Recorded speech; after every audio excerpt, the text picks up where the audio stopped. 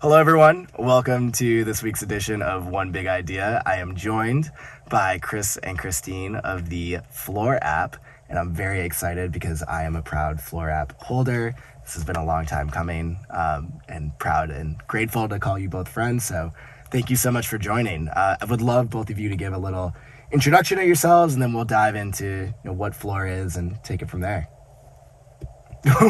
Christine, you go first. We're both very politely pointing at each other. Christine. I went first on stage today. So, I'm Christine, one of the co-founders of the Floor app. And Floor is on a mission to make NFTs more understandable and accessible in the world. I joined Chris. I think he'll tell you the story of how Floor kind of came to be. Earlier this year. Before this, I was running the crypto business at Robinhood for a few years and really saw what it looks like for millions of people to kind of come into a new financial asset for the first time. A lot of folks discovered crypto through Robinhood, through Dogecoin, and entered the crypto ecosystem. And I became fascinated with helping kind of turn that into a utility. How do you kind of move beyond just speculation and trading and kind of spot assets and to something that incorporates identity and utility and community, which is when I started poking around and saw what Chris was building with the community, and have been building with him ever since. And Chris? Yeah, over to me. And first, thanks for having us, Austin. And I never cease to be amazed by the awesome things that our members of our community are doing. This is just Very really cool. amazing. So I'm Chris, one of the other co-founders of Floor, and as Christine said, NFTs are just way harder than they should be, and we believe in and see the power that this new kind of not only asset class but means of kind of digital ownership, what it can do for the world, and we really want to make it simpler for more people in a broader cross-section of the world to get involved in that, understand that, and be part of what we think is going to be a really important part of kind of the next decade of the next version of the internet. I love it. And I'd love for you, Chris, to give kind of the overview of how you started Floor app. I remember when going to your Twitter profile page and seeing the quote of "there isn't a good NFT portfolio tracker," which I think is still there. There isn't a good NFT portfolio tracker, so I'm making one. And this was September 2021, right before NFT NYC. If you could kind of walk us back through that time period.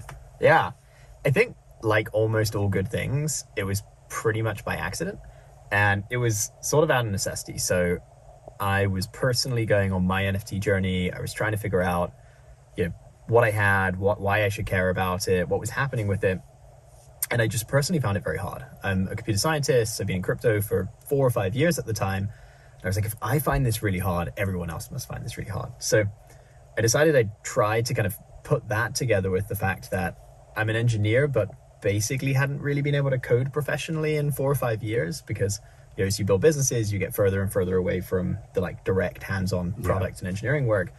So I was like, maybe I can get that kind of itch scratched for building something while also trying to explore this space a little bit more deeply. And so put that tweet out that you mentioned, and was just kind of blown away by the response. I think the broad theme of Floor is I've just constantly been blown away by how much people care and how much people are willing to invest their own time and energy in things that they think are cool, and how much we've been able to align that around kind of this token, this idea of kind of shared community through an NFT. So after that tweet, I think 1 million people saw it, thousands of people engaged with it, and thousands of people DM'd and said, how do I get the beta? Yep. And I was like, there isn't really a beta yet. There's not anything. There's an idea. And so that kind of drove that first decision of, okay, there should be a beta. We should go and make something. There's enough people who care about this. Spent the next, call it a week, building something, and then needed to figure out who the first 50 people to try it out would be. And put that out, got, again, thousands of replies. And that was when kind of had that inductive leap of, maybe we make an NFT, and if you want to come along on this journey, get the NFT, we'll bring you together into one place, and we'll try and do this thing together. So put out this NFT, ended up selling 500 of them in a very short period of time, which brought in about, I think, a little over $200,000, which was kind of the first, oh, cool, this is no longer a burn for me. I don't have to pay the AWS bill myself. I don't have to pay contractors myself. So it was like a nice kind of bootstrap for the project. And at the time, I thought of it as testers. I thought of it as people who were going to like help us test the product. And what I didn't realize was that these people were going to be way more than that, and that they were going to be a part of the product. They were going to be a part of what it became. And honestly, like at the beginning, it was literally just me.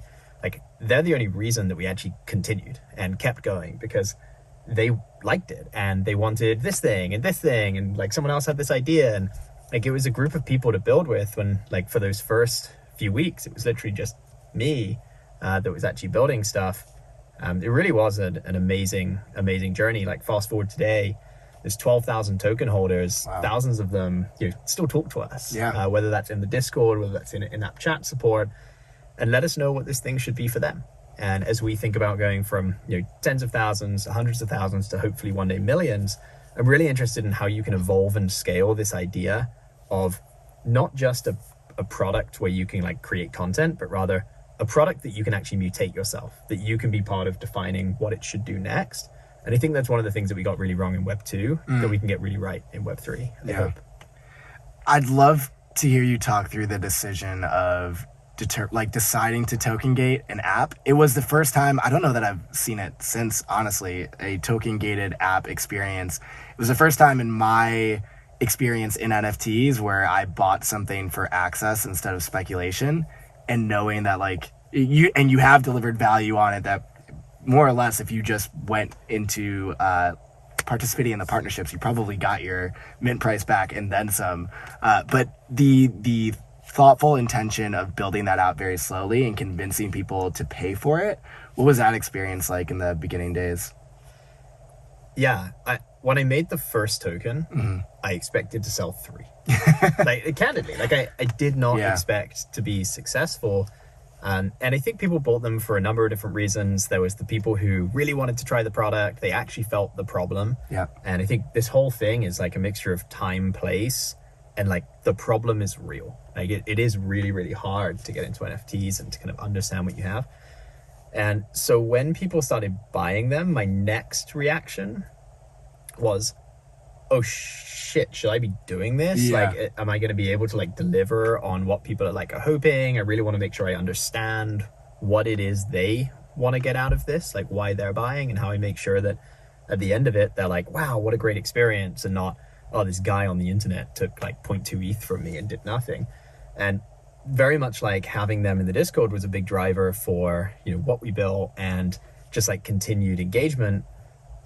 That feeling of commitment to someone who was not just like a person who used your app, but who was like a customer, someone who'd like actually spent their money, was a big part of what drove me to make sure that we did turn this into something. Like just like having any investor or any shareholder or any community member or anyone who like does frankly anything for you, you want to make sure that you do right by them. Yeah. And I wanted to make sure that we delivered, and that meant actually going and talking to them about what they did care about, like why they did want to be there. And I think that helped us get this kind of community oriented way of building.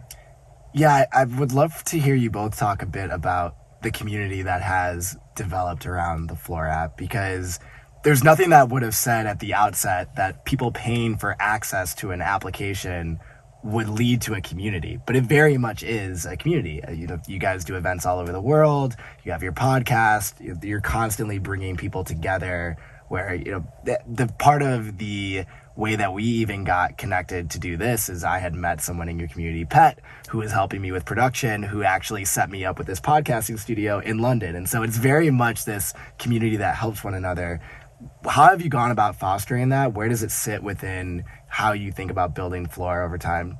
Christine, I'll have you answer that. Yeah, I love that question, because community is actually the reason why Chris and I first started talking. When I was at Robinhood, we were starting to build our wallet transfer product, right? How do you take assets off the platform into your own wallet and use them in a broader ecosystem? And as you kind of creep into Web3, I was pushing really hard, like, we should be building with a community. Like, Web3 is all about community access, community influence. Like, that's not how we're doing it. We're not doing it natively. And went out and looked for the best example of like who was building with the community today that could give us a playbook or make us smarter about how to do that, and came across Floor. I'd been following you on Twitter, so I saw that first tweet. I think everyone saw that first tweet. But you invited me into the Discord, and I remember legitimately rolling my eyes at someone telling me like, oh yeah, hop into the Discord, because I was in so many Discords at that point, and they were all awful, right? It was like too much noise, too many people, not enough actual signal, and not enough like organic engagement peer to peer, right? It's I think still today a lot of Discords are kind of announcement channels for projects to ask of things or tell things. It's not, you know, organic, kind of like the individual users of that product or that community helping each other. But he prodded me and was like, no, really go into the Discord. And it is a magic corner of the internet. Like, it sounds really cheesy, but I remember getting in there and just like watching and being like, oh, this isn't just, you know, Chris or folks who are working on the project, like giving regular updates. It's a two-way street, and individual members of the community are helping each other and learning things from each other. Fostering that, I think how I've seen us do it is primarily through setting it as an example, right? Like, you can't expect people to help each other if you're not also going to lean in and help them as well. So we spend a lot of time like identifying folks in our community who are like doing things that are really interesting and saying like, hey, how can we help you? How can we reach out and include that in what we're doing, or connect you with people that we know, or find the right kind of place for you to kind of steer. Because I think if we do that, then they'll do that for the next person, who will do that for the next person, and kind of pay it forward. Yeah. How do you see us fostering community? I think you hit it. I also think we can't underestimate the extent to which I think we got a little bit lucky. I think in building anything, like, you end up having to be lucky to be successful. We've definitely gotten lucky in a bunch of different ways, but I think one of the ways that we got lucky is, I think in our first 100 users, almost all of those people are still active today, and they're just really good humans. Yeah. Like, I don't think we had anyone come into the Discord who said anything negative until we were 500 people in the Discord. And it's really hard to establish and change things, but actually, as long as you've got corpus, it's a lot easier to keep things. Right. And so with that kind of core first 100 people who I think were awesome and really engaged, I think it's been more, you know, tending and watering and like encouraging versus having to like shift and get to a place of kind of positive community. And I agree with your definition.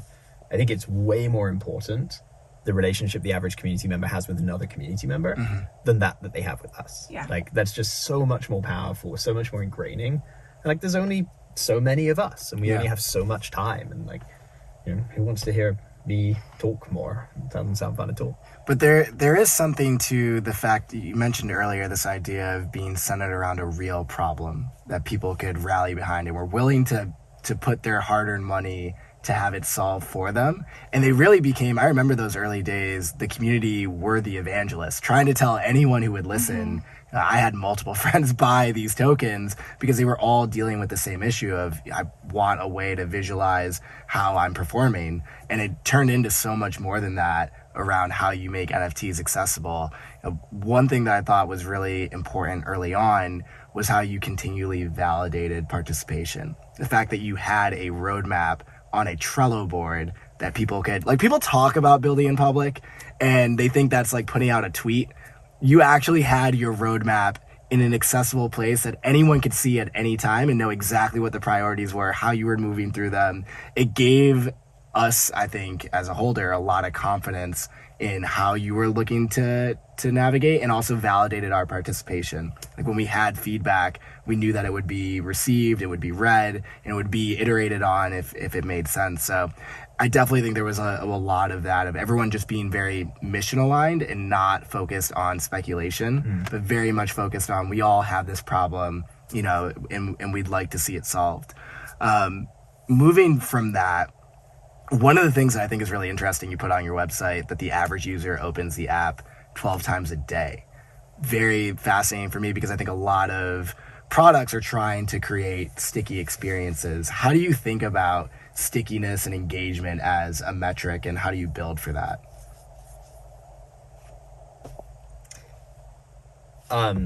So for us, like that's a little bit of a vanity metric in some ways. It's a great metric, and it's one of the metrics that made us, take it from project to company, because things just don't have those metrics. There are two numbers about Floor that are insane. One is our retention. So like a little over, I think 70-something% of people who've ever opened the Floor app opened it this month. So like we just have insane retention of users. And then the other is the average user is just like coming back multiple times a day. And it speaks to kind of the problem.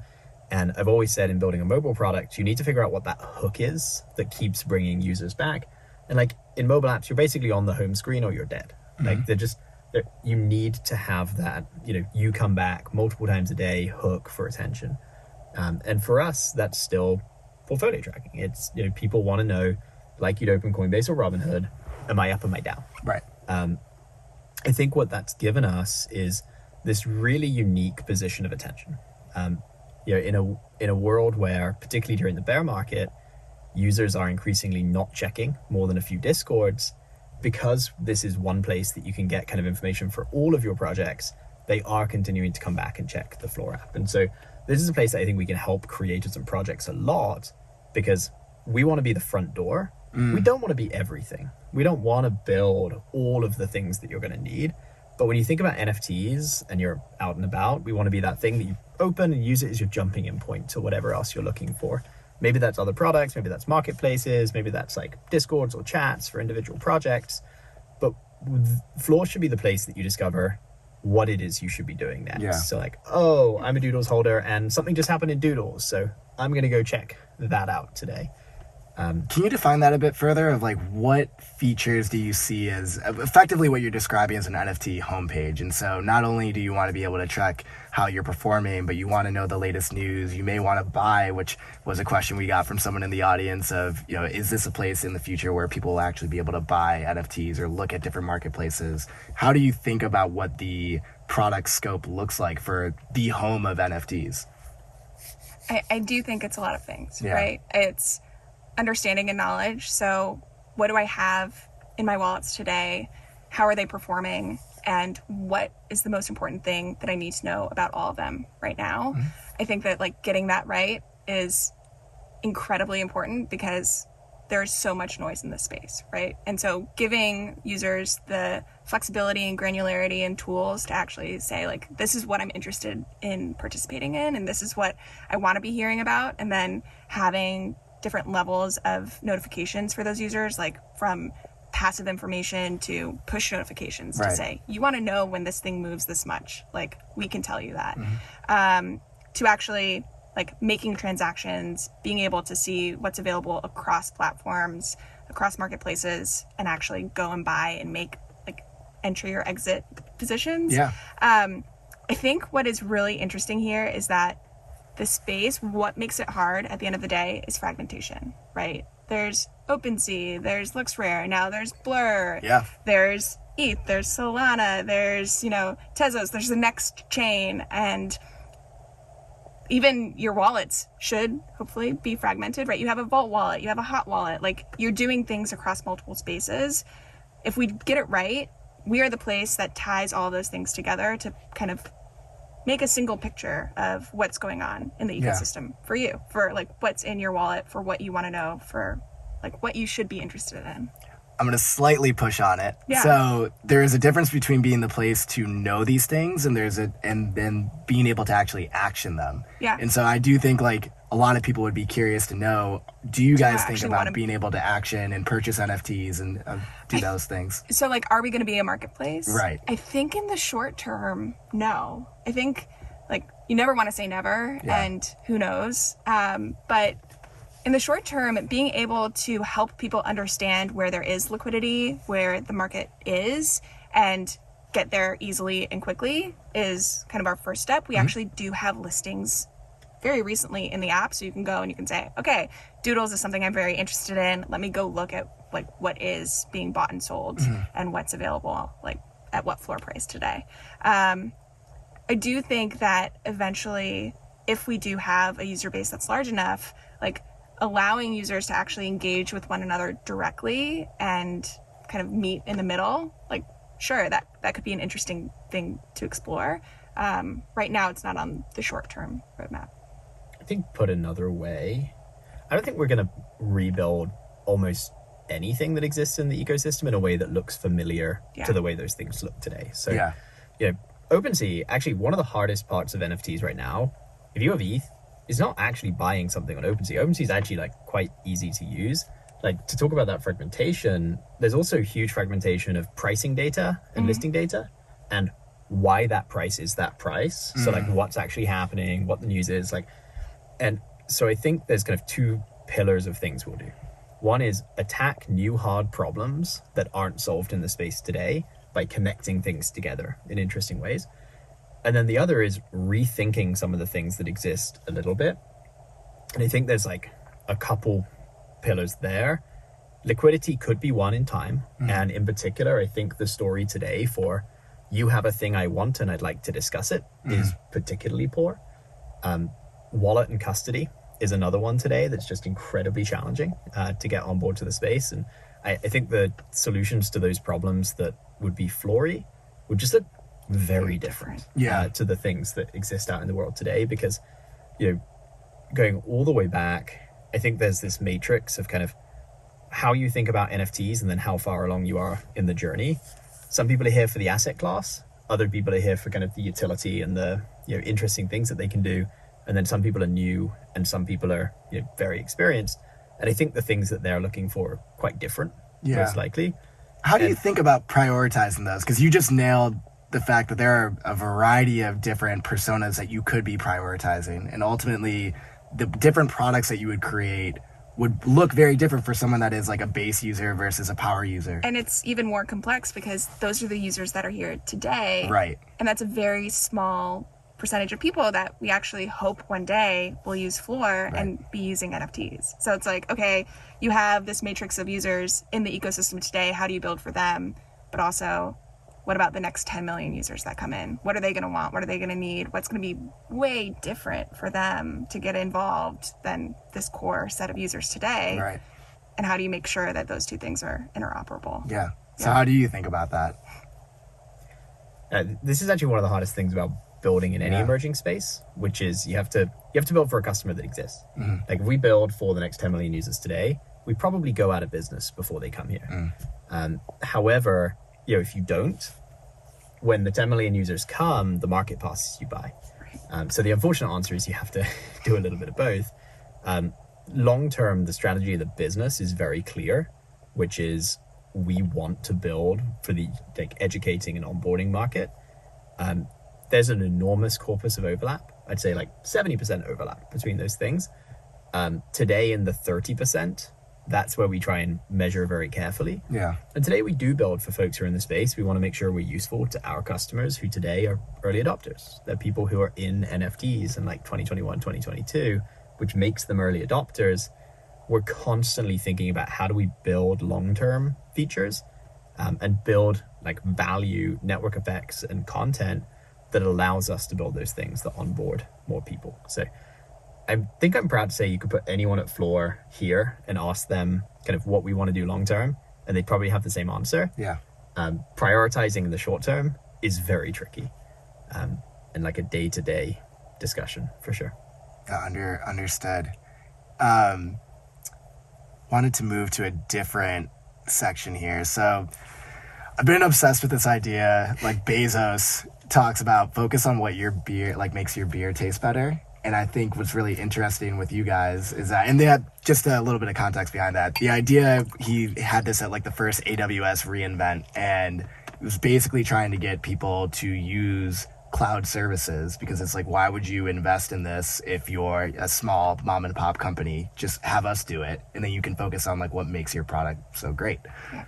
For Floor, what's so fascinating is like when your mission statement is to make NFTs more accessible, a lot of things can make your beer taste better. So in terms of that, where do you see like your core focus needing to be right now? Is it because you're adding like a lot of features, which is really exciting, and I'd love to talk through some of those both on the portfolio side and on the content side. But how do you think about what you take on directly with your team, which while growing is still relatively small, versus how do you partner and bring on other experiences that way? Yeah, no, that's a perfect question, and one that I don't think we have a perfect answer to, but like have day-to-day kind of conversations and decisions around it. I'll use our Discover content as an example. So we recently launched a new tab in the app, which is Discover, and it lets you kind of go beyond the portfolio that you have today and kind of see and understand a broader ecosystem outside of your assets. And for a really long time, well, long for Web3 world, I think like 2 or 3 weeks, it was just the highest movers and the top volume of the day. Like you could see a list of what was actually moving and where was liquidity going in the space. And then a few weeks ago, we launched a new content type, which is curated content. And there's a world where we could say, we have people in our company who are content creators, and we have a really good view and perspective and vantage point to be able to put content together and put it out there in the world. But that's not our superpower, and it's not going to be what makes us 100x more impactful a year from now. So instead, we should leverage and lean on other folks in the space who have amazing content. You know, we should go out to our community and say, there are content creators here. How do we surface your information? How do we make that more accessible to a wider audience? I think where we have a special sauce, where beer tastes the best, is that we're product builders, right? This is a space full of utility tools and wallets and protocols. And you have folks who are like relentlessly thinking about a user experience and what users need and building a product that kind of meets those needs where they are without making you go like 10 steps into the stack. So starting with saying, okay, this is a product that should accomplish one specific thing, which is being your home for NFTs. And when you go one layer deeper and say, okay, that home for NFTs should have content that is relevant to a collection that you're holding, we don't need to make that content. We can just surface it and curate it and have our community, which is the benefit of building with a community, be the ones that are really leaning in and helping make that great. Yeah, I think the community, but also partners. Like I think, as we think about the Web3 ecosystem, I think the benefit of a lot of that kind of protocol building that goes on is some interoperability. And we're building on top a lot of that stuff, but hoping to be able to find kind of protocol level opportunities to work with other people who are doing curation and piping around information and content. And I wouldn't be surprised inside of the next quarter to see a half dozen other companies kind of content and potentially some functionality surfaced inside of the Floor app, which Alpha, that was alpha right there. I'm really excited about this. Because like we've always said, we didn't want to build everything from scratch. Right. We don't want to create all the content. We want to work with our community. We want to platform people. We want to give them a voice. I mean, we want to give these people who've been with us since the beginning and like share valuable information with each other in the Discord a voice to an increasingly large user base. But we also want to like celebrate the work that other companies are doing and you know, for us, get efficiencies of realizing that work without having to go and do it ourselves. 100%. Well, I know we are coming up on time. Before I let you both go, we have one thing that we ask everyone that comes on to One Big Idea, which is, what is your one big idea for the audience that you would take away from this episode? So my one big idea from this, and so when I said go first, I just meant audibly think. I think the thing that we're always trying to do and encourage is we all win when more people come to this space, and that means two things. That means being a welcoming and inclusive space, and I think we typically do that really, really poorly as a space. We have lots of jargon, we have lots of FOMO, lots of hype. But then on the other side, to anyone who's like thinking about what to do in Web3, we need to make genuinely useful products. In order for 10 million, 100 million people to come into Web3, there has to be a reason for them to want to do it. Right. And that reason has to be stronger than how hard it is to overcome the obstacles. And so if you're thinking about, when are there going to be 100 million people in Web3, the answer is like, when it's useful to 100 million people to be in Web3, let's just focus on figuring out what those things are. I think that's the way that we can all most contribute to the space and do it while making it more welcoming, more inclusive, and more friendly. And that's the stuff I'm excited to see. Christine? My one big idea, and I think I've shared this before, so it's not a unique idea, but one of the things that really got me interested in Web3 is kind of the inversion of power structure and systems, right? So it came from Robinhood, which has very traditional investing. And when you look at a securities model, when you think of like trust and safety and information and discovery and understanding and all the things that like we're trying to figure out today, it's a very centralized top-down model. Morgan Stanley and Goldman Sachs are telling you every quarter, here's an earnings report, here's how we keep these projects accountable, companies accountable, and here's what our price target is. Here's whether we think it's a buy or a sell right now. And that is a huge indicator for folks who are participating in that market of like, okay, here's how I go and spend my dollars. Here's how I invest or divest. And I think the superpower that Web3 has is if we get it right, that can be bottoms up. So building with a community is like a first step, and that's one way to do it. Another way is to kind of empower and leverage that community to be able to give signal to the new people coming into the space, to actually say, hey, this project is free minting.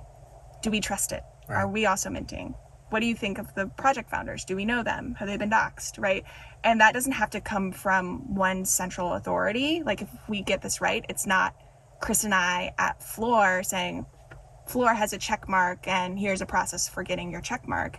It's a community that is actually going in and giving signal and saying, we understand this, here's what we're doing, here's where we're putting our currency. Yeah, it's like the wisdom of the commons. Yeah. The verified commons. And I think that that's what really drew me into the space and what drew me to Floor, because I saw this community that was so vibrant, that was doing that together in a Discord, and being able to build a product around that and like give people the space to do that in a more scalable way for millions of people.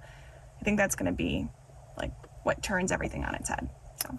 Well, that is a perfect place to end it. Chris, Christine, thank you both so much for coming on. And yeah, we'll see you guys next time. Thanks for having us. Thank you. This is awesome.